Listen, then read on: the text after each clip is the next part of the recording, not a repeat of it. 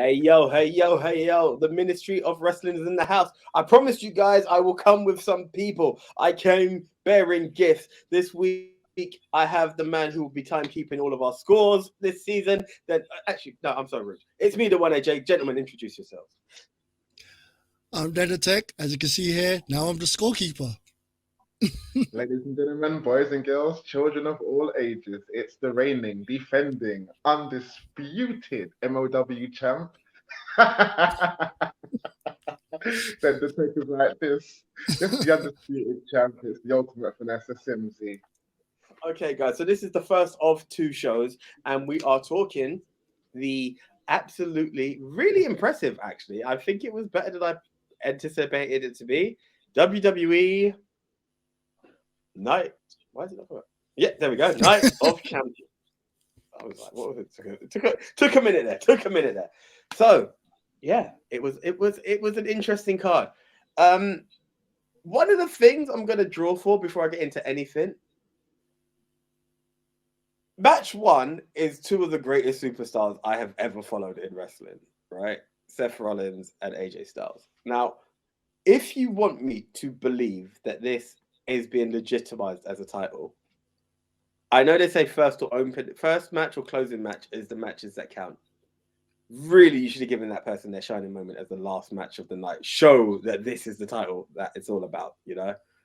I it, it- I was a bit disappointed in WWE by putting it as a first match. I was like, to give guys, you've probably seen the show, guys. If you're watching this, to give Roman the last spot still meant, even though his title's not on the line at night. Okay, Uh-oh. says it. Internet's gone, I think. I don't know if it keeps going out, or is it just me? Did you hear me perfectly there, Leon, or did I cut out? You cut out at the end there. Ah, Right. typical. Right. I was saying, apologies, guys. I've got some editing to do. I was saying that by having Roman, even though his title's not on the line, him fighting for a title as the main event still meant that he is more important than the crowning of a new champ in a show called Night of Champions. I get he's the big dog, he is the one to be acknowledged, but let's make that title look like it's of equal weight by giving it the main event status. What has everyone been saying about the title? What is the I call title? it a bench belt. I call it the thing is, it's the we can't beat him. So let's join him type of belt. I don't know. It Seth is gonna legitimize the belt. But right now, think about the Universal title. When they first brought it out, we're like, what the hell is this stupid Universal? Because remember, they went from World to Universe. This is stupid. And after a while, I was like, man, no, Universal title, yeah. So, Yeah, having a title for the show, how can I say this? Having a title for the show is not a problem, but having a man be a champ to both shows and it's who can beat him. I know we had that moment before. I think I'll go further back than the Universal title moment. Let's go back to when Brock had both titles and they were like, right, he's only staying on one show. Now what do we do? Now it's give him that. scary. Do you get what I'm saying? But it was like he's gone to one show, he signed exclusive. They've done different ways, but it was like, how are we going to split the belts? How are we going to split the belts? The guy still walks out with two belts, and then it's like, actually, just ignore a belt. Like, no, it's You weird. know what would have made this even easier is I don't know why they don't look. I mean, they're always jamming this get the network, and only 9.99 for the WWE network. Well, had they looked into that same network themselves, there was a time many years ago where there were two belts, the one that Jericho held, the one that Triple H held when he beat Jericho at WrestleMania 18. And what did they do? They brought it into one belt. And if you look at the wrestlers that held that undisputed title, it was a great time in WWE. From Undertaker to Triple H, even you could even throw Hogan in there, Eddie Guerrero, which was obviously memorable. Brock Lesnar, the Rock, that belt made it was a great time in WWE. Now they're saying that the World Heavyweight Championship is being continued from when they retired it. Um, so if that is the case, then yes, I agree with AJ. It should have been the main event. Um, Mm-hmm. because you can still get the same reactions out of everything that happened by putting the tag team titles first, and then doing the world heavyweight title at the end. You know, whatever the matches are in between, it gives people time to get over that and focus on the world heavyweight title. There's So one thing though. you're definitely right there. There's one thing though. Saying what before about Roman Reigns end of the night though. Who's the biggest star in WWE right now? Roman. Biggest star, Roman. but this is the thing, he's the biggest star. I get that. He's got the biggest storyline in wrestling. That I Not agree. just- It's the biggest storyline in wrestling. Title for title, we needed to show that this belt is just as important. No one cares I about this tell belt. you what, though, when they put those two belts together, they were saying at that time that Brock Lesnar was the next big thing. He went on to beat The Rock for that title. So you could still make someone look great with just that one title, you know. The only way they could do and that. Also, I'm sorry, Karen. it also proves that we were right all along, that the World Heavyweight Championship should have stayed. The Universal title, don't get it. I think it's time to retire that title now. If anything, it puts more prestige on the actual WWE title, and then you have the World Heavyweight Championships. Two legitimate championships that could possibly make WWE great again. You see, here's the thing that I call as a prediction.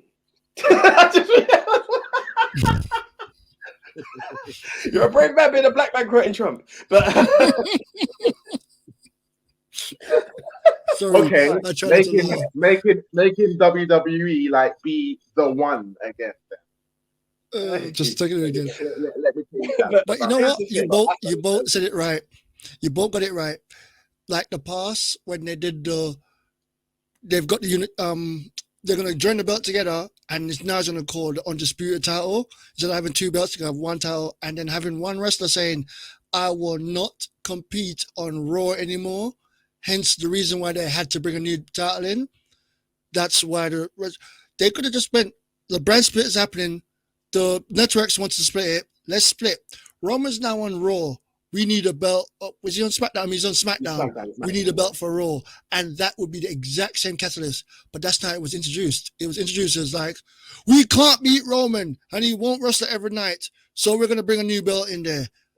Triple H said it something like that and kind of just pretty much instantly that became the second-rate belt. Yeah. Instantly because of how it was introduced. I mean, it looks cool seeing someone with two belts. I mean, when Jericho had the WWE and the WCW at the time title, it looks great. Roman has two belts that look exactly the same, although one's black and the other one's blue. Yeah, the blue one being the Universal title, the black one being the WWE title. It just I don't know. It just needs to become one title now. It was great when it was two different titles come together because it kind of shows like that belt. We all know where that belt came from. We know the prestigiousness of the WWE title. So to see someone with both of them kind of gives it that authentication of a unified title. Whereas you have two belts that look exactly the same, and we know what they are, but you know, come on, we wasn't born out of our mother this time. Hey, you never know. This could be some big. Sorry to cut you there. You've been losing them one at a time? No, but that would be interesting, wouldn't it? I reckon, I think I called it on the last show and I'll call it again with you two. I reckon he retires the Universal title. He says, I've done it. I've done everything I need to. I'm 1,000 days and plus undefeated. And I plan to use my WWE reign to create another 1,000 days. And that's the challenge now. Can Roman make it 1,000 days as WWE champ? Because he's done it as he'll use each reign independently. Universal title doesn't need to be the Universal title anymore. He will now prove that he is so big he can do 1,000 days as WWE champ. That reign is not as long as the Universal title reign. Can I co-sign you on something on that one, AJ? Go for it. What you just said there is absolutely spot on because last week they were saying that he's 37 days short of Pedro Morales' record. But the thing is Pedro Morales held the WWF title. It wasn't the Universal title. So technically, he's probably just about past Brock Lesnar on the WWE title. But the Universal title, your John Cena's, your Bruno Sammartino's, your Pedro Morales, your Bob Backlund's, your Hulk Hogan's, they never held that belt. So really and truly, what record are we really talking about here, and for what belt? They need to really Yeah. make sense of that, because if they're trying to say that he's held the WWE title for that long, then that's actually a lie, and they need to actually make that right. One thing though, we started out talking about the title, we started talking about the match, and we slowly drift over to We have, but Roman Reigns. that was just talking the title, but I He's was stuck. literally, you're right. It is what it is. But I was gonna say, what an opener! What an opener to the show. I actually really enjoyed it. I don't know if you've had a chance to see it. I know Nick mentioned that the first time AJ and Seth clashed, it wasn't memorable, and I Yeah. think I agree with him because I don't remember that match. The way they ended that match this time, gold. Gold. I was like, yeah, well done to you guys. I read Shawn Michaels' book. It's a bit of a weird one that I'm going to say here. And he talks about Which how one? Mr. Perfect is one of the greatest superstars that's ever been in the ring. However, the chemistry between the two of them didn't work. And I think it's because their styles were too similar. And I think that's why sometimes people are expecting the absolute amazing in a Seth versus AJ match. But because their styles are so similar, it's like one has to not be themselves for a minute in order to let the other one shine. So I don't know if you could ever get the greatest Seth versus AJ match, or even if Shawn Michaels has come out of retirement to face either of them, you would get the match that you would dream of from it. But yeah, in terms of a wrestling match and a way of making me think, wow, yeah, these guys put it on. They put it on. By the way, just in case y'all don't know, I'm Daniel Tech, the wrestling fan that doesn't watch wrestling. I've read about the matches. I haven't seen not one of them, but I know what happened, and I've read what happened, and I've seen reviews of what happened. I haven't seen it with my own eyes. Just letting y'all know, being straight up, but I know everything that happens. Just making you know that. So here we go. This is going to be such an interesting review show because this is the one time I really want to watch show as a wrestling fan. Remove myself from all like punditry and everything. I just want to watch it, appreciate the shows. The further down the card we get, the more surprised I'm going to be because I've not actually listened. For the purpose of the show and time, I'm doing this show. However, I'm going to be like, so the winner was, and you guys are going to reveal. So this is going to be all kinds of fun. Leon, So you we are have the going to. champ to help us. Can I be honest, guys? The show that you are watching tonight is the host, the scorekeeper, because he knows the info, and the actual reviewer. Leon's mission here is to let us know what's what. Den's keeping us up to score with the tabs. I'm just connecting you two together. That's how we're doing it tonight, guys. So, right, okay. What was your thoughts, Leon, on the actual Seth versus AJ match? It was a good match. It was definitely the final that we all wanted to see. If you look at the tournament in itself, I don't think anybody would have been able to have operated that type of platform on the big stage like Seth Rollins and AJ Styles could. We have followed AJ Styles for most of his promotions when he was in Impact, and every big match, you got Big Match John. I call him Big Match AJ because every main event he does, he performs top level, and it was the same again for the World Heavyweight Title final between them two. It was absolutely great. I enjoyed it. Um, there were points where you could believe it could have gone anyone's way. Um, because as much as we believe it can go one way, we can be swerved at the same time. But it was a kind of swerve where you would have been like, okay, all right, you know, I can't complain with that sort of thing. AJ Styles has held many titles in his career, and I would have had a problem with him holding the world heavyweight title. However, Seth Rollins is hot right now. Every video you see, like with the live shows and the singing and he's literally on fire right now, and it would have probably not been received very well if AJ Styles won. So again, they made the right decision, and it was that much of a good match. What I like about when they do matches like this is the fact that when it's a good match like that, and then the very next night they meet each other again, they admit that it was a very good match and they tore the house down. And then there's a little bit of camaraderie. The Usos did it with the New Day. Um, you know, Sheamus did it with Drew, and here you had it with AJ Styles and Seth Rollins. He came out on Raw and he was like, "You were the better man." It was a good match, and then they ended up being a tag team on Raw. But again, great match, great performance. We have to remember they were in Saudi Arabia, so you could imagine the temperature they were wrestling under. But they put on an excellent performance. Oh, I don't really have anything bad to say about the match. To be fair. wait a second. So he went there. He went to Saudi Arabia. I'm talking. You know who I'm talking about? Sami Zayn. Yeah. The restrict Oh. the league. It's actually a legal restriction. It was an actual legal restriction. But we'll touch on that as we go down on the card. What I will say, just as an actual fact of something though, what you know, we talk about like long form storytelling and playing us for fools. We've only got like a 3-month time span in terms of memory. I felt this match literally reminded us of some stuff. Neck injuries, Seth's bad knee. Like they played on those parts so much that it was actual real. It's one of the best wrestling matches I've seen in a. I'm working on that part of the body because I know you're weak. I've not seen that in a long time. I don't watch wrestling as much as I used to, but that was a good call. So while we've done that, then I'll be watching. By the way, I will be watching that match because I will be watching that match. I'll be catching that now. I was waiting for everyone's review. As y'all know, I tend to watch it when I'm with you. So I watch. Well, I'm in the room while the match is taking place. I'm just a distraction. I'm setting up cameras. I'm doing everything apart from watching the match. But I would have looked into that. Simple fact, I'm an AJ mark. I like AJ Styles. Oh, that one, sorry. No, the stylish one, not too sweet. AJ Styles, because I was a TNA fan back when, because you know everyone goes through their period of having, I'm WWE, I'm WWE. Oh, I don't like WWE. I now like this product.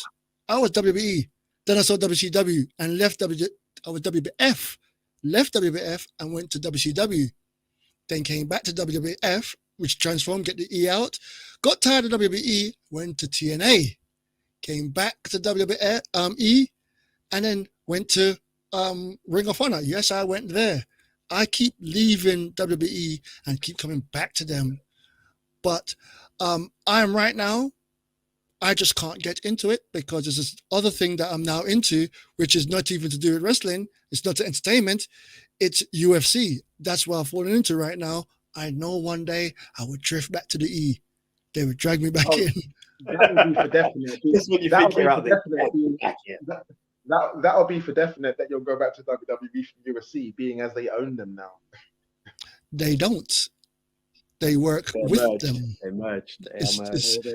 No one man owns the other. There is a overall company with these two things. One's a legitimate sport, one's an entertainment company. That's what it is. In terms of advertisements, there's going to be reminders. You know, I mean, that's how one's 18, one's PG. That's how they're going to try and draw. One's marketed with beer, one's marketed with Cheerios. No. Fruit Loops. No. Prime. One's marketed with Prime, one's got a Prime wrestler. Ooh, that's in the crossing. Don't forget about that Mountain Dew as well. Oh, no, I'm trying to. Do the crab juice. Ugh. Name the episode. Simpsons. Based on that match, what was the scores? How did we go with that? Or am I putting you on the spot? With that match, I will bring up the scores at the end to show the overall board. But I'll tell you what happened on this one. One silly member of the team was like, I need to get a match. I need to get a point on here. So we had Big Tone going for, I'm going for Seth Rollins because it's obviously going to be Seth Rollins. Good call. We got the champ below me was like, I'm going for Seth Rollins. I was like, whatever. We got Too Sweet right there. Come on, great. AJ going for Seth Rollins. We got Nico, Double V. I'm going for Seth Rollins. Then you got this mug right here. It was like, I'm going for my boy. Shawn Michaels is not around, but I'm going for this one right here. AJ Styles. Sorry, you let me down, but at the same time, it sounded like you didn't. I am going to watch that match. Yeah, they put on a banger. They put on a banger. As did this generational clash. Becky Lynch and Trish Stratus. Mhm. You know what? Trish shows she still got it. She shows she still got it. Interesting finish. It was the finish that made sense, if I'm honest. I'll let you take more on it there, Leon. Oh, okay. No. I didn't want to cut you as you were Yeah, giving the all opening good, all good. on that match. So yes, you know what it was? I watched the Go Home show. Now, although it was underwhelming, I still watched the Go Home show on Raw before the said Night of Champions. And you know that typical omen that they always do. It was one of them things where it was like they tried to make it look like they were both going for each other, but I believe Becky got the last word or the last whatever, and that kind of made me sway towards Trish. The second thing was, as I said in the prediction video, this is Trish's first match as a heel competitor. Now, just like Adam Cole returned, or you talk about people coming back, any wrestler that's come back, it doesn't really make sense for them to lose their first match coming back. So I took that and thought to myself, well, if you're going to make a story, it makes sense for her to win that match. You could have still done some things if she'd lost the match, but in order for it to be a long storytelling rivalry, um, as we were mentioning before, I think it was better for it to go that way, and also for how they introduced um, Starks to the match as well. I thought that was brilliant. Um, It's so put her on a map. it's almost like she's had her match. Sooner or later, obviously they're gonna have that. They're gonna have that match where it settles everything. But then I think what Trish may do is then transition into the sort of manager role where Starks will kind of take that on. Um, again, it was a good match in some sense. Um, there were some parts where I thought, oh, actually, you know what, Becky actually looked like she's going to take this one. I was even thinking to myself, oh my God, I was so silly to even choose Trish Stratus. But then as soon as I saw the little bit of the outside thing happen, I was just like, I personally jumped up because I knew, first of all, I'm going to win that point. And two, I'm sorry, but it's true. As soon as I saw that, yeah, I was like, yes, yes, it's happening. She gave her that finisher, threw her in the ring, and then obviously Trish got the um, Trish got the win. But again, it was a good match, good storytelling, and on top of that, a good debut as well from NXT into the main roster. She got drafted, and what a perfect way to bring someone in. Like, you know, usually it's the making their debut on SmackDown, making their debut on Raw. She made her debut at a pay per view, sorry, and it was with a Hall of Famer. What I better mean, you're wrong. tutelage could you have? I mean, you're What better wrong. It's a tutelage premium could live. you have? It's a premium live event, not a pay per view. But I'll give you It's that. a pay per view for those that have to pay to view. Yeah.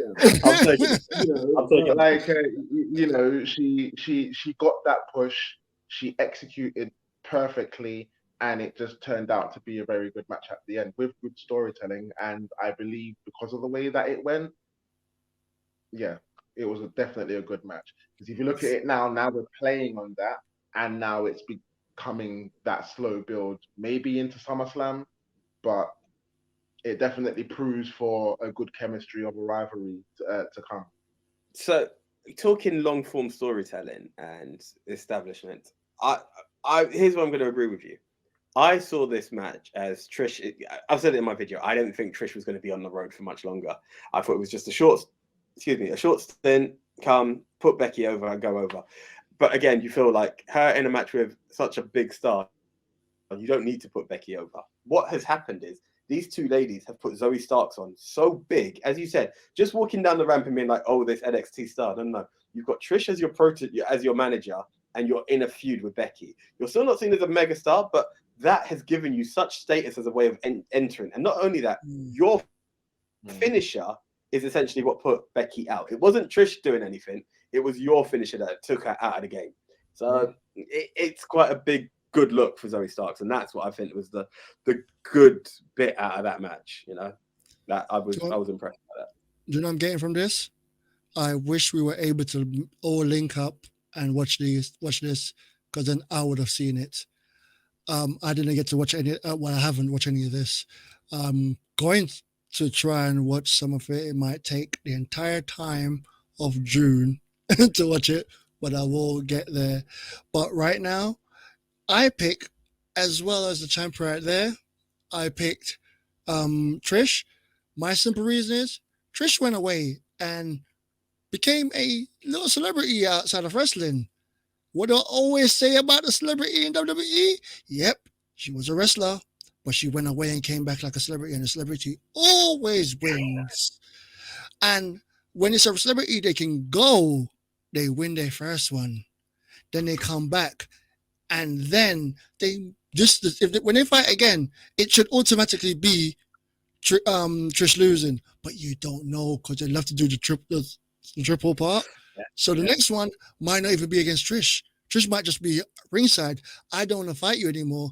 Then let someone fight. Then And if SummerSlam that probably. and if that's her way of passing the torch, then I've got to salute Mm, Trish for that because she's given someone, as AJ said, the ultimate rub. It was her finisher that yeah, beat and Becky, the which rub is not on which Becky, she which is amazing. can I yeah, just question? she could Wasn't it even Mickey use that James who advantage. gave? Sorry, wasn't it Mickey James who gave Trish the ultimate rub at WrestleMania 23? But that's a different story. Sorry.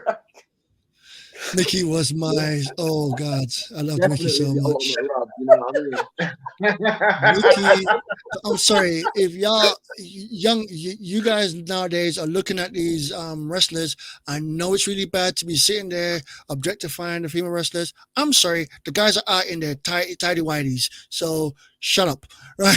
So I'm watching the Exactly. girls in their Exactly. tiny booty Exactly. shorts. Mickey was in a skirt and Oh she yeah. wore a thong. And she had some little bit of curve to the point of they put her out and start to do the thing where they're calling her fat. If you go Mickey back and James, I saw hated it, that. oh my god, it was so dumb. It was like, why would you call this wonderful individual who had a crazy ass teeth? But anyway, I can't talk. But you know That what? was the only I, thing I I did I think against that that. was a little bit of I think that was a little bit of a smart play, right? I think they deliberately did that little fat story just so that people would look at her more. Because you would look at her and be like, "How is she No, fat? no, How is she no, fat?" no, no. And when It's all I'm 100% a seeing is crazy old man. Yeah, I think It that was was very much of him. 100% a crazy old man. Just Yeah, look, thinks. because she wasn't a swimsuit like Trish. Let me Hmm, attack her. Mickey had a and then good they body. and then they try to say it was a bullying story, but let's be real here, no, it wasn't. it was a bullying story. And they tried to play it off as if the bullies are wrong, but the bullies were champ and the bullies always went over. So explain that to me. Thank you. I Doesn't really matter. Let's not go into that. That's the past. We're yeah. the now. And the now, they're lifting up all thing. And the good thing about this match, young girls can sit there and watch a match and enjoy it.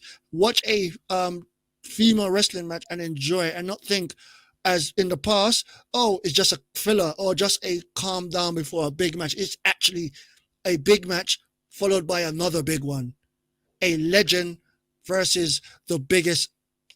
Let's rephrase that. One of the biggest female wrestlers right now, Yeah. because Rhea is to come up. Yeah. Indeed. Big on Got to tube give it to shows, the baby. got to give it to the native of Canada, you know, because you look at Edge, he's put through the Judgment Day. Look at them now. You look at Trish, she's bringing up Starks. Brilliant play. Like, you know, this is brilliant, man. That's What's one Natalie thing I bring? like to Anyway, see, and I'm happy to see in WWE right now is the protege sort of status, which is good. Like, not every match has to be them having that match at WrestleMania. It could be them bringing a team in. It could be them processing into managing a team. one thing from But I personally think it's a beautiful way of giving back because it kind of gives a promise for good TV for the next few years at the very least. What would be great right now is to slide straight into the next match. Just keep it tight, keep it smooth, and the next match is the IC title. Gunther versus Mustafa Ali. Ali, Mustafa. I've heard it literally on the video. One called him Ali, another one says he's just Mustafa. I'm calling him a Mustafa Ali. Nick's got a pronunciation issue with the American versus the English. I'm like, just let the man be. See, the reason why I call for it to slide into the next match, we were talking about stars and bringing up a star and making a. They've done so great with making Gunter great and showing how badass he is and how he looks like a legit. Like if you put Gunter versus Brock, everyone's like, "Oh, Brock's gonna get red chested." We don't know what's gonna happen. You put Gunter versus Roman, you're like, he could beat him. They brought up a star. At the same time, they're holding down another star in Ali. We didn't do the scores on the last one, which I want to go back to and do the scores on the last one. But you said that you and Leon picked Trish. Yep. Well, I wanted to go avoid the score, but before I go back to that, I just want to keep up with this. Reason why I was talking about the score just right now, this is one of those matches when it came up and not a soul. Remember when I was talking about old school females wrestling when it was divas and people go, it's a piss break? That's what this match was. You either just want to see chops or hear the chops and go. There was no way on earth anyone thought Ali was going to win. This is someone they refused to let go, but refused to push. I don't get that. I'll let you finish. I don't get that, and I want more for Ali because I know why Ali was on this card, and I know why Ali was there because was it Mansoor? Yeah. Mansoor couldn't be on this card because he transformed into a different character. A character doesn't work for the country they were in. So they brought Ali in because he's an Ali and they call him just Mustafa because you can't just say Ali for some reason. But it's a shame what they're doing to him, and he's a flipping great wrestler, and everyone's forgotten it. Everyone's forgotten it now. Like Ricochet, great wrestler. Everyone's forgotten it. These great wrestlers are getting forgotten to the point of if he leaves right now and go to AEW, it would take a while for him to become a great wrestler. Where he should just go there and become a wrestler. Like, oh my God, they signed whatever his name will be. They signed Mustafa Ali. Well, yeah. I mean, some wrestlers have had the chance to go to AEW and still been able to break out. And I don't know whether that's Tony Khan saying, you know what, WWE wasted your talent. So you know what, we're going to show them what they just let go of. Because they've done that with a few stars and a few of them have become champion because of it. But then at the same time, AEW are kind of guilty for the same thing. If you look at some stars like Miro, look at what they've done with them. How long has he been off the calendar? And only now is he coming back because they've come up with a new show. And they need people to fight CM Punk, apparently. So, you know, it's just one of them things, really. But let me not sway too much on that, and let you finish then, because when I give you a rundown on this match, you're not gonna like what I say. No. Let's keep it nice and tight. I just gave y'all 5 minutes of me just ranting. Move on to one of y'all. No, I will go on to this match. You'll probably give a full match analysis, and as I said, near the end of this card, it'll be all you, Leon. What I agree with, and it's going to sound weird because I love the shape that Gunther has got into. It's motivational to be like, you can be from that to that. I like that. There's a part of me that says he looked a bit more menacing as a bigger guy, right? And one of the things that threw me off in the way they were selling on this match was, I think where I would disagree with you, Dan, is I don't think it was a piss break because they literally played a whole video of Ali at Mecca for Ramadan and all of that stuff. Like they really got the Muslim Brotherhood to push, you know. They showed his holy pilgrimage, yeah. What I didn't like in the match was I get that Gunther's a monster and he is a chopping artist, but his frame does not give me him selling like me trying to see someone knock Omos off his feet. Yeah, that's how that match was. Like you could see Ali hitting him, and the selling. I think there's a bit of character development required in Gunther to take him to that next step. Like we know he's a menace, but they need to find out the way. It's more. You need to give me something more in the lines of him in a. It's going to sound weird, but in the same style of how you would sell a Malenko or a Steve Blackman, cold, menacing. I can be hurt, but I am dangerous. Each move I give you is there, as opposed to who can knock him off his feet. That's my thing. I think they're still booking him as Walter, but he's got the Gunther figure now. You know, that was my only takeaway from that match. But it was a good match. They've done what they could with what they had. I think you're absolutely right there, because you could also add another name to that list, and that's Brock Lesnar. Yeah, he is been champion everywhere, right? But he sold for Drew, he sold for Seth, he sold for so many wrestlers, like, you know what I'm saying? So it can be done, and who's to say that Brock gives him a little bit of tutelage? But yeah, I would say maybe not so much as a piss break. There were parts of it that were interesting. They showed, right now, obviously it was in Saudi Arabia. You have Mustafa Ali, who's obviously whose belief is the same as the people in Saudi Arabia. So just like how they showed Drew and that little collage that they did before Clash at the Castle to make everyone believe, oh, actually, he might actually beat Roman. This was the exact same thing they did here for Saudi Arabia. They played that video to make them believe, oh, you know what? Yeah, maybe he'd be actually to do it. Like, you know what I'm saying? He's done this and he's done that, and this might actually be his chance. This might actually be the turnaround. Oh, and he's home as well. So, let's really rally this sort of thing. But it was just that little extra bit of, the carrot in front of the stick. It was just the extra thing to make them believe like it's right there, but it's not right there sort of thing. He'll reach, but not quite grab it. And they gave those little parts of the match where he was reaching, but again, Gunther was just way too powerful. As a matter of fact, he put an end to that match so bad. He gave him knife edge chops so hard that it sent him back to NXT because he turned up on Tuesday night. Once again, he's in the same league now of Ziggler, or I've got Ziggler on the list. Apollo Crews, who they turned. It's just these people that were Ricochet. They were once upon a time stars. They got the ability. They came in. They gave it them their all, and nothing's done with them. And the reason why, by the way, why I say piss break is the match hasn't started yet, but you see that on the card. You go, I need to pee. I can't get up from this match. I got to find out what happened with Trish. The match is over. Oh, what's next? Gunther versus Ali. Yeah, I'll go toilet now. Oh, it's gonna be big. Come on, and you go toilet. You come back and go, oh, you missed a great match.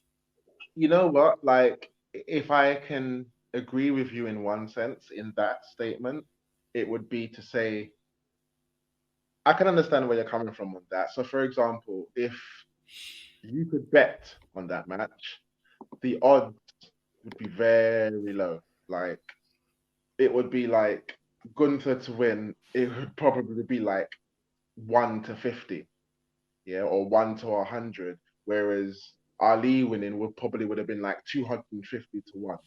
In other words, you knew he was going to win, and if you put your money on it, you wouldn't have got much back.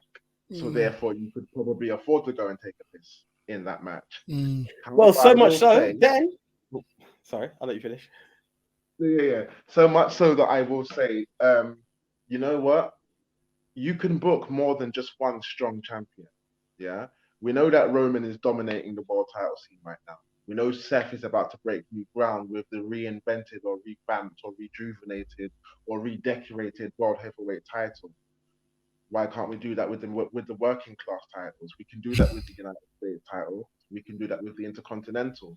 You look at the past greats like Bret the Hitman Hart, Honky Tonk Man, Mr. Perfect, the Heartbreak Kid, Shawn Michaels, Razor Ramon.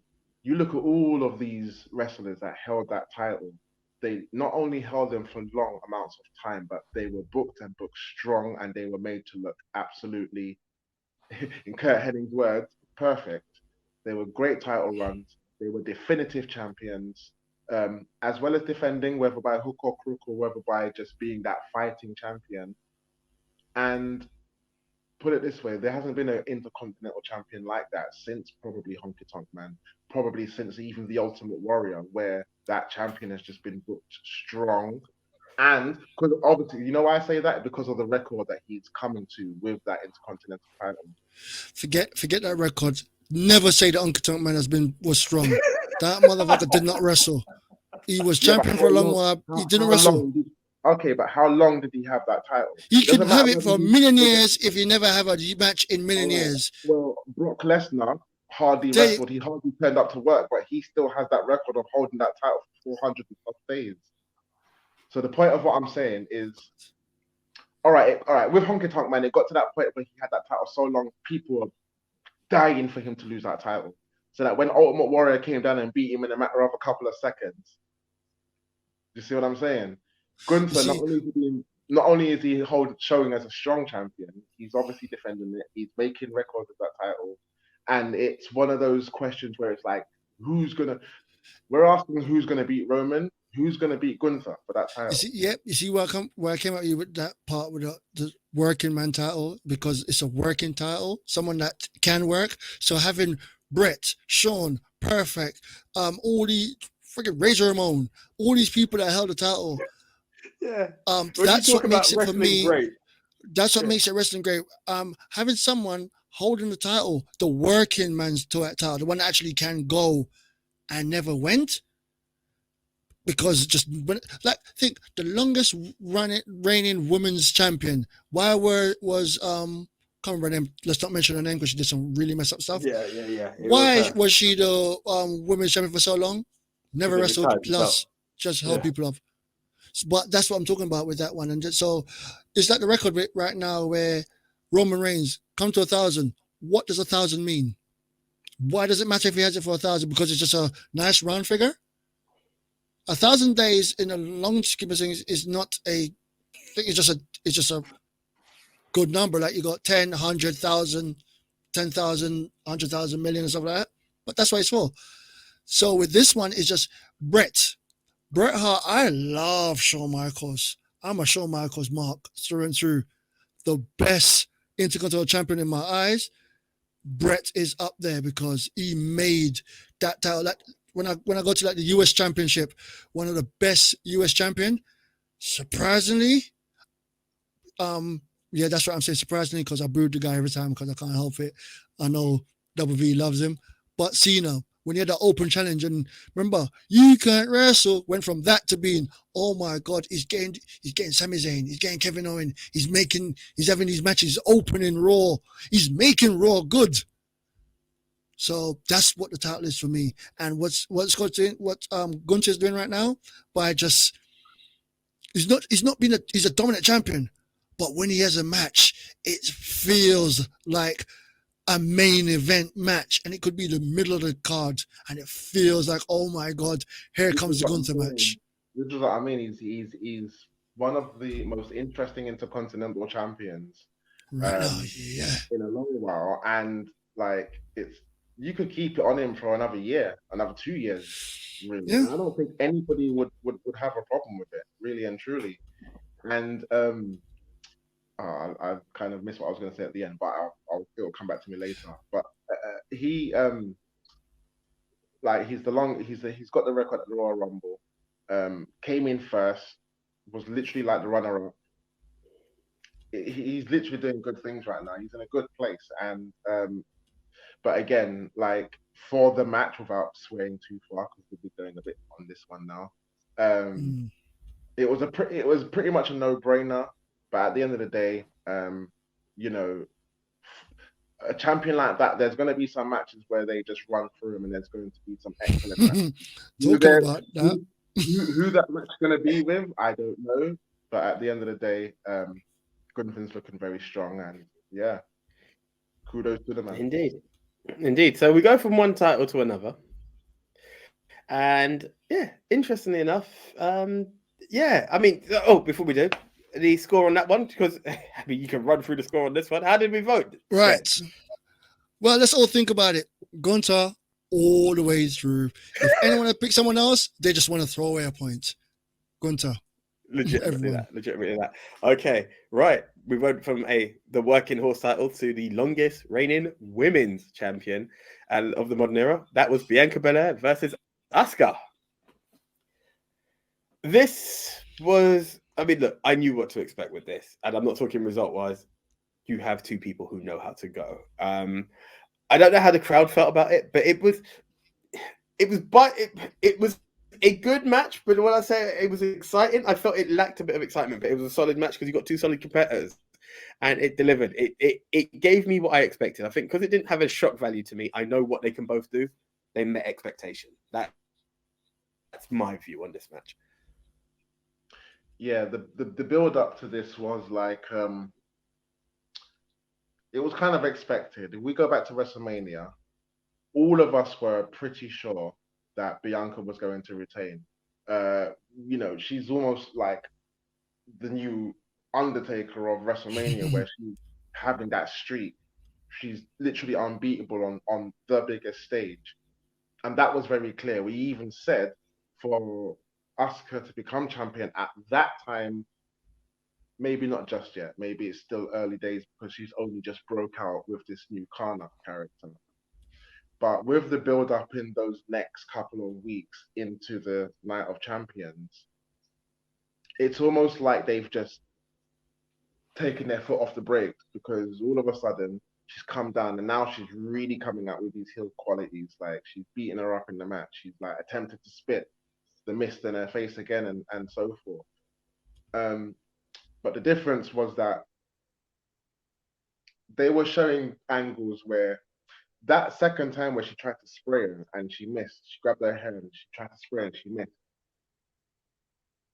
I think something better could have been done there. I was questioning whether that was a botch or whether it was actually meant to go like that, like she go to spray her and she missed, and because the way Bianca looked after that match, I don't know, it wasn't that convincing for me.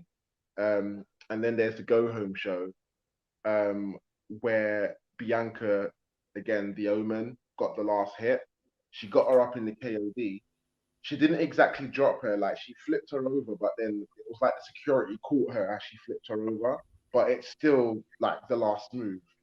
And that for me was like, okay, so in order for this to really be that kind of rivalry now, kind of like Trish and Becky, is that Asuka now has to win this match. One, because it kind of authenticates this character change. Um, and she's been this character for what, since the Royal Rumble now? Like, what are we in now? We're in it's June tomorrow. Like, where are you going with this character? What are you doing? They took a talent and they wasted it before. They changed the talent and then it made it look like they didn't know what they were going to do with it. And it's like, okay, you know what? Let's put the title on it. I don't know I how long after I don't know how long she's going to hold this title for, but if this is a hot potato situation between Asuka and Bianca, it could become interesting. Um, I'm not going to adjust that and say I'll potato with this one because I've been screaming for quite a while Bianca versus Rhea Ripley because I wanted the titles versus titles. But but if the we only can't have it, what is that watery sound? Like, one question quickly, because I can't oh, yeah. remember, is Asuka on Raw or SmackDown? Oh, that's a Because good question. Bianca I Belair's believe on she's SmackDown. yeah. I believe they're both on SmackDown.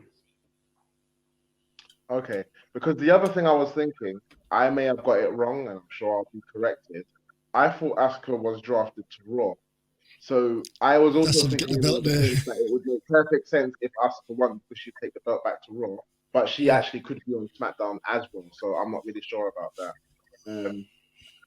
But it was just one of those situations where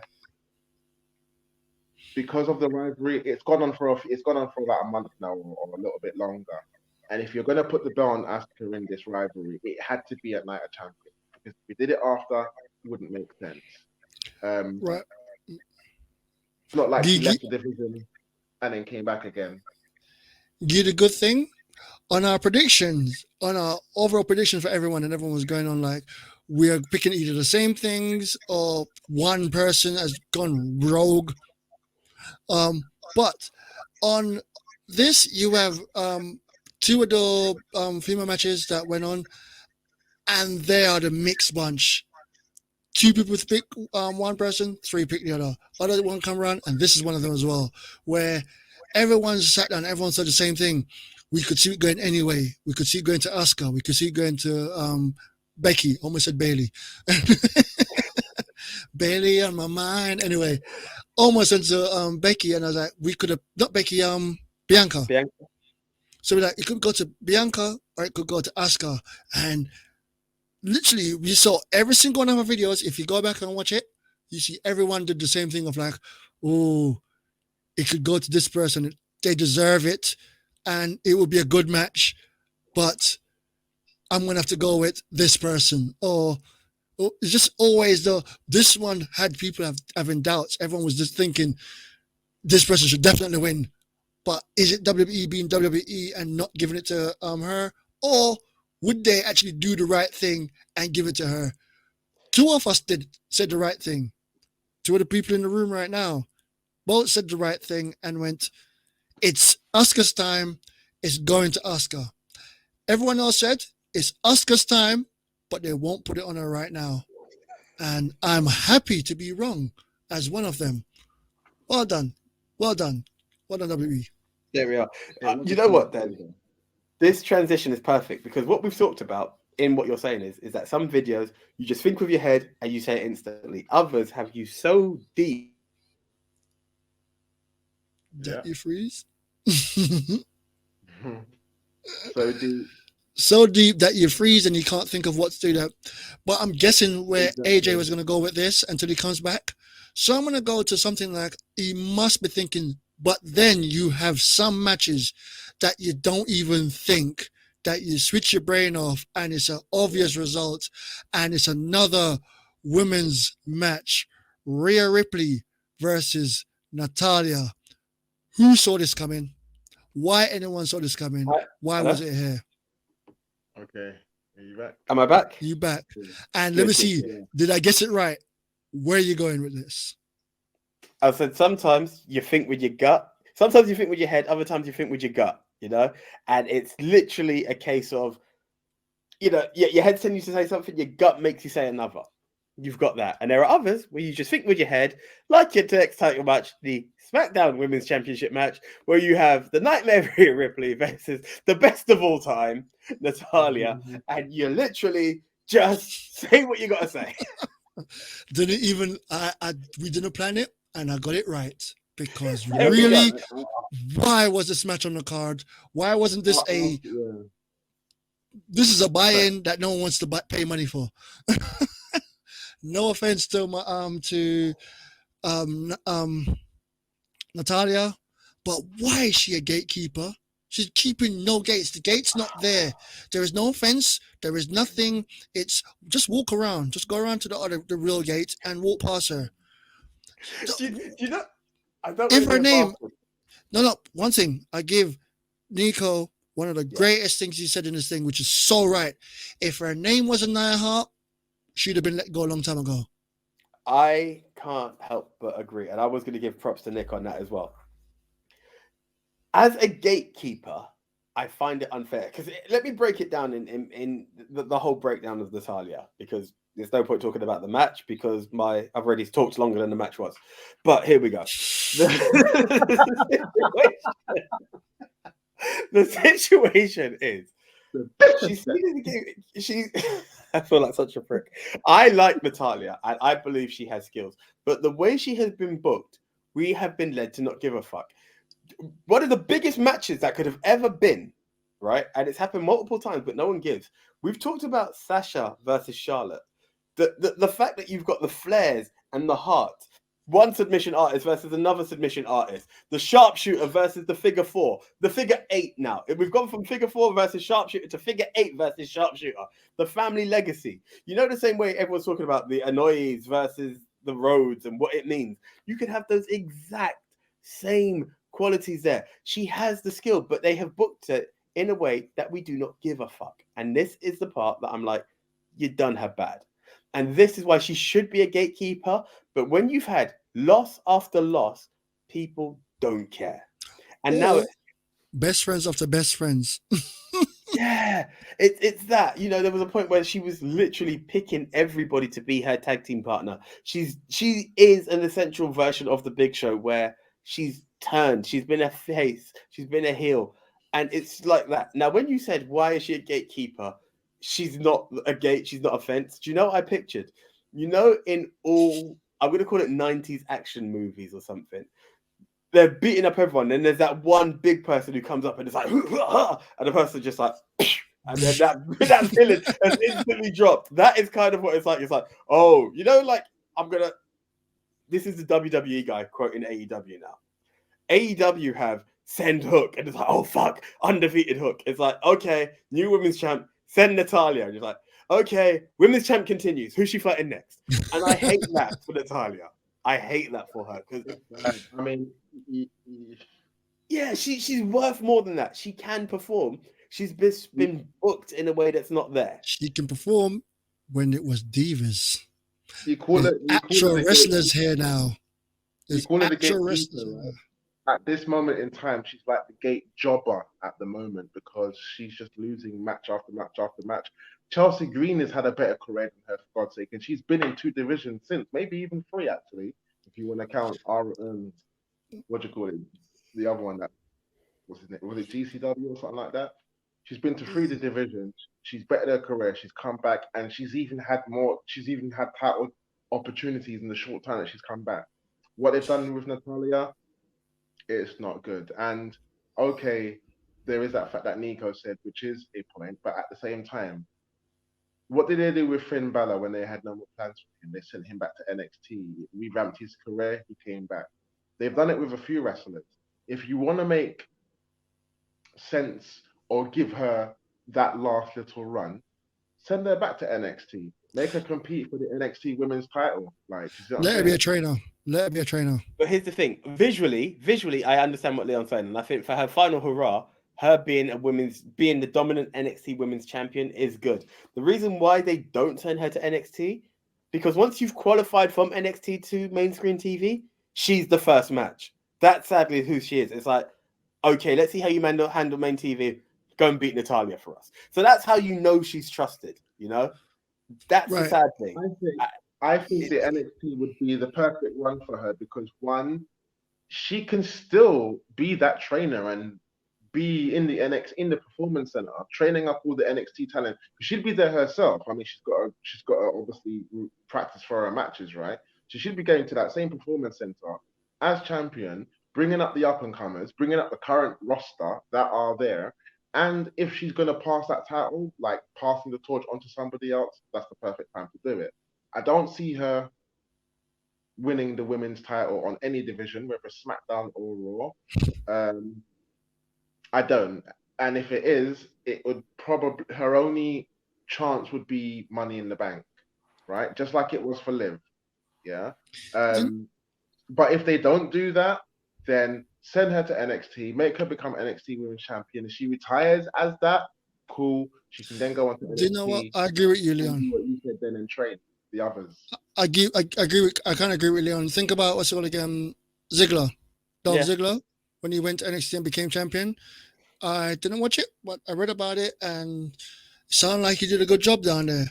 But because we're trying to keep the show tight, and I don't want to step on your toes too much, because there was several pay-per-views this week, Yeah. and we want to get through all of them. So, do you want to move on to the one that we just talked about, a gatekeeper? There is a gatekeeper, and he's really locking that gate. This is an actual gatekeeper. But He's yeah, fine. I would say then, just before I do move on, I would have called this a piss break, but you would have been at Cody's entrance before you got back. You see, he opened with a diss and said, "I don't want to diss her," and then closed with a diss. I'm a Brit. When He I have just a made a joke, diss sandwich. A yeah, diss sandwich with No, Natalia but sitting. as I said it in the video in my prediction. It's in the prediction show. Natalia, I've got love for you, and it's not just your surname. Like It doesn't sound like it though, no. a joke is a joke. I do it. I'm She even can't take one. She just fought on you. That's what she would do. Minister tells you where she goes. I can't believe they gave her that story either. But here we go. Talking of gatekeepers, talking of unpredictable gatekeepers, is which we're looking for. Cody Rhodes versus the Beast, Brock Lesnar. Now, sadly, you see, his neck is up here. His neck is up on. It's ridiculous. Oh, he's so scary. So, sadly, this is where I'm actually at a point where I've kind of heard you guys talk it, but I can't put anything in because this is where I stopped in my wrestling weekend. So, Leon, you're going to take a bit more of the bet on this. Yeah. Right. So, like, again, this was one of those matches where I thought, in the prediction show, I said this is going to be similar to how Seth Rollins came back at SummerSlam. He was getting his ass beat all week long. He got F5 on the stretcher backstage, still managed to come back and beat Brock Lesnar. Now, they did this, whether it's kayfabe or not, this arm broken sort of thing. And pretty much since WrestleMania, it's just been bad news for Cody, really. You'd like to think that this would have been the match. All right, he's the ultimate underdog. He's got a broken arm now. And with a submission move like the Kimura lock, it just made you believe, oh, there's no chance of him winning this match. And we were actually right. There was no chance. Was it the right decision? I don't know. But at the same time, for it to be an actual rubber match, it makes sense. Cody won the first one by pinning him whilst he had the Kimura lock on. The second one, he managed to win with the Kimura lock. So it's pretty obvious here that there's a story that they're telling here. You know, he made a mistake with the Kimura lock. He won with the Kimura lock. So what is this last match that we're going to have? You see what I'm saying? How is that going to turn out? So we know before we look into the future, what was the actual? Was it a decent match though? Did they put on another good show? It was a decent. It was not. Were as you scared good for as, Cody? Not as good as Seth Rollins versus AJ Styles. I wouldn't say I was concerned for Rody because I didn't believe that his arm was broken. Maybe injured, yes, but because I actually thought that Cody was going to overcome that match and win. Sorry, I wasn't worried for him. I get that, but there's a point where everyone believes that John Cena was going to get battered and come back. There was 2 suplexes that said this isn't funny anymore. Yeah. Everyone thought Randy Orton has a chance against Brock. And then we went, this is disgusting. What are you doing? So much so that Chris Jericho got kissed on the forehead. But what I'm getting at is, he stood up to him. No. I'm just saying, like, this is how deep it goes in a Brock match. Did Brock go to that level? He was suplexing him around. He was suplexing him around the ring. But it was more the belly to belly, so that when he flipped him over, he landed on said bad arm, broken arm, or whatever. Coming from my internet reports, from reading about it, everyone's like, "Yeah, it was a hard match to watch towards the end." Like, you know, Brock. And then during the match, it was a good match because the first time, I don't want to spoil it too much, but the first time. Spoil it. If you're here now, the first time he put the Kimura lock on, he had it on, and he got out of it. He got to the ropes. It was at that point where you thought, "Oh, hang on, he might actually like." He didn't submit, and he got out of the Kimura lock. He's kicked out of the F5. So, you know, this could be a point. But then he got it on him again, and then it was just like, okay, they're doing this thing.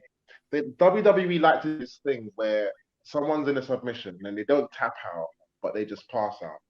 And then they use that as ammo for that story to build on. Like, you know, a Just a loss little is a thing loss. about the Kimura. You don't pass out, your shoulder just breaks. Yeah. So there's yeah. no passing out.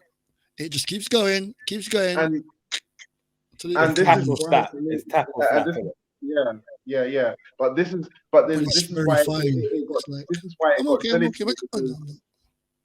this is why it got silly for me because it was like we we knew exactly where they were going and what they're going to do with it, and it's exactly what happened on Raw.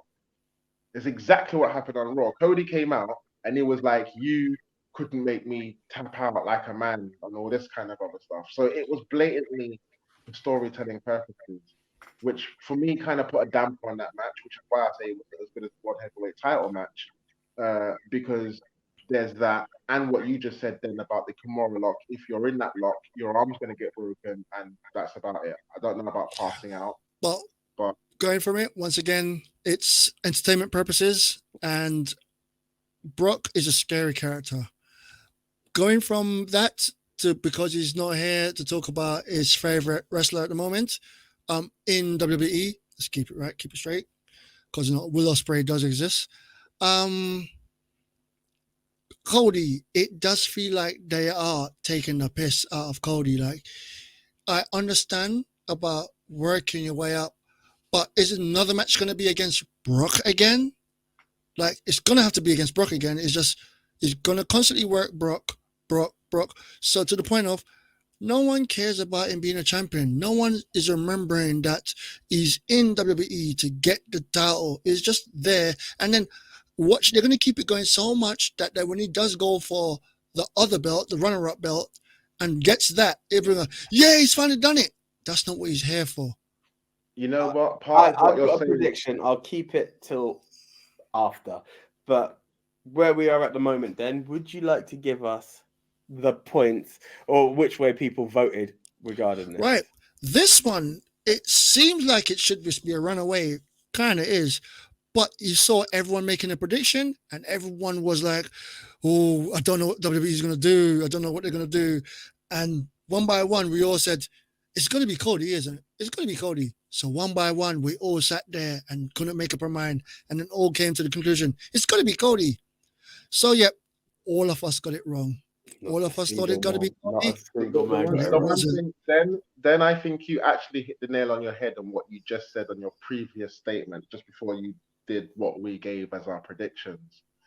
And I think they are punishing him because if you want to look at underdogs, you look at Rey Mysterio, he went on to win the Royal Rumble and went on to win the World Heavyweight Championship. Not only did he win the world title just that time, he's won it multiple times as well. Kofi Kingston, the constant underdog, right? Finally came through, won the WWE title. Daniel Bryan in WWE, because I know it's Bryan Danielson in the other promotion, right? He was the underdog, got screwed over how many times, but obviously still came back, had his momentum, and that momentum took him to win the world championship on more than one occasion as well. This hasn't been the case for Cody Rhodes, and he's come back and he's won the Royal Rumble. I can't remember if he had a match before that, but he's been pretty successful since then. And then it's just been from WrestleMania, it's just been a downward spiral. How much more is it going to spiral down? Right. When is he actually going to be on that run like he was against Seth Rollins? Let's Cool. I'm going to go to the next match, and then what I'll do very quickly, because time be against us in a double recording. But what we'll do is a quick what's next, because I have a very much breakdown of what will come on that, right? And what's next is a show that some people may enjoy to watch because it's a breakdown of this episode. Anyway, let's go to the actual main event out of 3 main events. The Unified Tag Team Champion Sami Zayn and Kevin Owens versus the Unified Champion, as he was for the last time on Night of Champions, Roman Reigns and Solo Sikoa. Which way did it go? Do you want me to go with this one? Because I can jump in with my thoughts, what I've read about. That's right. I read wrestling. I keep saying that constantly. I should watch the damn thing in it because it's a sport to watch.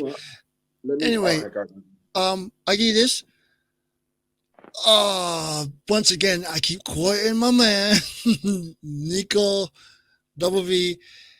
They could have gone anyway with this. anyway, and it's a great decision. No matter which way the match went, great decision. So if he had become a champion with 4 belts, he'd have been like, what the hell? What you gonna do to beat this man is crazy. If they had him getting pinned by Sammy or KO, that would have deserved another match with Sammy or KO. If Solo would turn on him, if anything, Jimmy was the one everyone's hoping to do it. Jimmy did it. And it wasn't like a turn on him and then a what have I done? It's a yeah, this is what we should do. It's literally we all keep saying who should be the one to beat Roman. How did they get Jimmy into the bloodline? He didn't volunteer. He got beaten. That was Jay. Jay got beaten and got forced in it. So Jay got beat up and Jimmy had to join because his brother was getting beat up or something like that. Fuck it. Sorry for cursing. We want Jimmy. We want Jimmy versus thing. It might not be nothing, but that would be a good match as well. And then having the conflict of like, what's Jay gonna do? What's Solo gonna do? Best storyline in wrestling right now is this. And you thought it was fizzling out after thing is like, oh, it's fizzling out, fizzling out. And they brought it back up again. Like, oh, love the story. I think they just go, guys, go out, do your thing. There must be the bloodline storyline. It's so big that people have catalogued it as a YouTube video. It's like the history of the bloodline. How has one storyline built so much? It's absolutely amazing. As what's it called? John Cena has stated, he said the good thing about Roman Reigns, the great thing about Roman Reigns is the fact that Cena was the man. And he could have a match with you, and while he's having a match with you, you could be the other man there. Second the match is over with you, you were the man. No one cares about you anymore. The Rock, what's his name again? Stone Cold.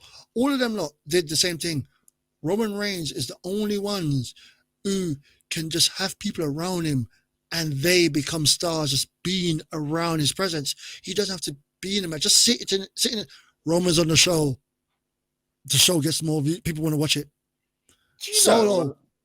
I haven't Solo. seen anything. I haven't seen anything that fantastic since the Four Horsemen in terms of just being around one person, which gives everybody the ability to be lift. A champion and a main eventer. Would you think you want to see Jimmy or Jay in a solo match, just a one-on-one match, because they're such a good tag team wrestling people that you think, if you're in a solo match, you're just going to lose because you're a tag team expert. But then you're like, I want to see Jimmy versus Roman again. But this is years later now. This is Jimmy that's been hanging around him. It was Jay and Roman who kept fighting. So Jimmy versus Roman is fresh. Oh, even better. Exactly. Jesus. And not to mention there's still pay dirt for the guillotine he put him in as well. Yeah. So you have that, then you have Solo being the one thinking, this is my brother getting hurt. Do I go with my brother or do I stick with the tribal chief? Do I turn on him as well? And they ended it with a case of Jimmy super kick him. Jay didn't do anything. Jay just tried to stop him. They argued. So you don't know what Jay's gonna do. What's Solo gonna do? You don't know. It's Sami gonna do. What is KO gonna do? KO wear a bloodline shirt for crying out loud. Yo! Could you imagine? I said I didn't watch anything. I watched this. I watched this one. I haven't seen it yet, and I've been. Watched this one. I've heard that Jimmy became the hothead, and I was like, I really want to watch it, and I've not had that. I just want to gradually get to the card, and I'm so excited. But getting into this thing that you talked about, what Cena said about just status leveling up just by sheer presence. Who can name 6 Solo Sikoa matches? You can't. Yet we are here. I'm taking away the NXT stuff. Yet we are here going, this guy is dangerous just because he's Roman's enforcer. You have become dangerous. I don't even think the guy's won many matches. I don't watch the card on a week-in basis. But it's not many solo matches. But everyone's like, you don't want to fuck with him because, yes, he's semi-Umaga. But it's not even that. He's the one that Roman flinched from. Roman's shoulder budged him and Roman ran. Like, he's dangerous.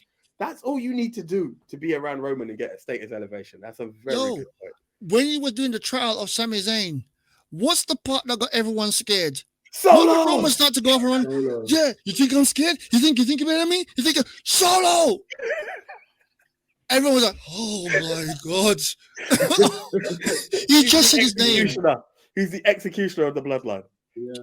And it's not one of those little dumbass gimmick where I just wish he wore shoes so he can save his ankles, but Jesus Christ, it's just when he scream out Solo, he's not that big. He's not that big. You know he what, looks right? like his brothers, but he's just I think later on he might actually be like Umaga Mark II. Because he's already doing that. He's already that. But no, but what I mean is like full blown sort of thing. So, all right, Umaga used to scream and cuss a lot, right? Like la, la, la, la, and all this, like, but Solo's quiet. But every now and again, you hear Solo cursing out or like talking in that Samoan, yeah. So I think it's coming, but if it were to come, it would be if he were to turn on Roman, for example. Do you know what's more scary? If you're in a group and you see that one guy behind them not flipping out, going, do you know who I am? I'll mess him up and I'll mess him up. That guy's a little punk. You know you're scared of? That one just keeps eye contact. He's just like that. Just like, okay, he wants to kill me. He wants to eat me. He wants to fuck me up. He wants to, you know. Yeah, this is true. But then Rhea Ripley clearly showed that she wasn't intimidated by that. So, you know, it's but that's Rhea building. That's Rhea status building. No, Rhea is not a level. But in terms of that match, for me, it was like watching a catastrophic event, because it was like you see it happen the first time and you're like, is that an accident? Did he mean that? And then you see the second one come and you're like, yep, that was deliberate, like absolutely deliberate, like, you see what I'm saying? And it was the kind of thing that kind of made your heart go, oh my God. You look at any reaction show based on that moment and everybody's jaw, like the Wild E. Coyote jaw, like hitting the cartoon in the Looney Tunes, hitting the floor in the Looney Tunes, everybody's jaw dropped. And then when the second one came, it was just like, oh my God, no, this is deliberate. Like, no, this is, you see what I'm saying? And it was absolutely brilliant. Absolutely brilliant. Because you didn't know who was going to turn on who. Because obviously they put in the air that Kevin could turn on Sammy, and he's done it several times before as well. So it really has me thinking, yeah, you know what, right? He did this in NXT, and he actually did it again in WWE as well. Like, he actually could do it again. Like, is Kevin Owens the new Shawn Michaels, where he just constantly turns on his partner? Like, you know. And then obviously you're looking at the bloodline, thinking that Solo could turn on his brothers, the Usos could turn on Roman, Solo could turn on Roman could turn on all of it. Like, you just don't know what was going to happen, and it just that is how you tell a story. That is how you could even say end the show, I would say. But equally, the World Heavyweight title could have ended it as well. But as we're talking about this match, it was brilliant from start to finish. This is what we said. We're going back all the way around to the way we start of this brief and everything. It's a case of, we were talking about the world title starting the match. If this had started the night or before the world title, no one would have given a crap about that world title. Everyone wants to know what's going on, what's next. This is what make people gonna watch SmackDown. I think they're on SmackDown. Yeah. People are gonna want to watch SmackDown because people are gonna go, what's gonna happen? And because Roman's not all every show, he could turn up, do his thing, and then go away for a little bit. This is how you get people tuned in. You leave them wanting more. Yes, you leave them wanting more. Like, I will watch what happens next. I'm not going to, but I would love to see what. If you look at half of the Attitude Era and the Ruthless Aggression Era, 3/4 of those seasons were cliffhangers where you couldn't wait till the next week to see what the fuck happened with that situation. And there's several that we could give during those eras, like, you know. How many times you hear JR's voice? Oh my God, what are you doing? What are we doing? Oh, we're going off the air. See you next week. Boom. You've got to remember that was the thing. Exactly that. It's storytelling. Wrestling, as much as you're a good wrestler, wrestling revolves around storytelling. You come in week in, week out for the story. And the bloodline storyline is the biggest story. And that's the problem with, as much as you had two great competitors open the show who could amaze you, and yes, you want to see more of that, there was no story. There was no background into who they are. It was a match. A wrestling match, on the other hand, has that ingrained story like you've got with the Bloodline and I was going to say Bloodline. Yeah, Bloodline and KO and Sammy. So that was good, and it's got people going. So then, before we move on to what's next, very quickly that is. Right. So I've been going over the scores all the way through the show. But what I've also made is a flow chart of the show because I am that nerd. I'm the tech, then the tech. So I'm going to bring it up on screen right now. And I've created a background, so you can't see our faces right now because we're just overlaid with this. Just talk it. Lovely image. So as you can see, what's red is where we got wrong. What's green is what we got right. If you see down the ultimate finesse, Simmzy, beautiful, lovely green. Apart from Cody Rhodes, you got the Big Tone doing beautiful with the green, but he went for 3 wrong. So did WV. So did I. But AJ came, they were only getting 2 wrong. I mean, I'm so sorry for y'all. Once again, the finesse has missed out on getting a perfect just this much. If y'all know, I've got the Backlash card up. On Backlash going way back, he missed out just because he went for almost and missed out on making it a perfect clean sweep and come back this week once again for Night of Champion. He just missed out by going for Cody Rhodes. I mean, could someone be so good and so bad looking at the same time? Yes, he can. Just please, we've got to do one more. We've got Double or Nothing coming. Double or Nothing's coming, and can he get a clean sweep for that one? We can't wait. That's the one. That's going to be a big show. That is going to be a big show. Leon, you're getting close. And we discussed this just before we press record. And the other two do not know about this. I'm not even putting it to a vote. Acknowledge me, fuckers. When I say this is going to be a rule. We talked about that if a man is able to get a clean sweep, he will get not 4 show points, but 5 show points. We've decided that we can't let the unused show points go to waste. So yes, there is now an amalgamation going on. At the moment, there have been 3 pay-per-views and no one has claimed it. So now it's not 5 show points. Am I right in saying 7 or 8? No, it's you get an extra point, an extra show point for getting a clean sweep. So number 1, you get 4 points, but if you get a clean sweep, you get 5 points. 5. But so you get an extra 1 point. So because we've had 3 pay-per-views and no one's claimed that extra clean sweep point, we're gonna roll it over and keep rolling it over. So right now, if say for instance on Double or Nothing, someone is able to get a clean sweep, they're gonna claim all the show points from Backlash and from Night of Champions. So that's 2 extra show points. Plus they get the one from Double or Nothing. So they could get 3 points instead of 1. That's 3 extra points. So that's your 4 points, and then you would have 3. But if no one does Double or Nothing, guess what? That rolls over to the next show. We could go all the way till Mania Night 2, and someone gets a clean sweep and collect every show point and come back. Like I did last season, yeah? Perfectly said. Yeah. We got the champ right there that came back from nowhere and took the belt away from me. And you know what? Great job, because he went out on a clean sweep. Can I say, and I don't actually want to be disrespectful, but I've just realized something. This episode is actually the winner's circle because season 1's champ is here. Season 2 champ is here. Season 3 champ is right there. This is the winner's the shield. Are we the new Shield? Yo, All three of us have held the world title, the MOW world title, yeah? so wait, we're gonna know which one of us isn't the other company.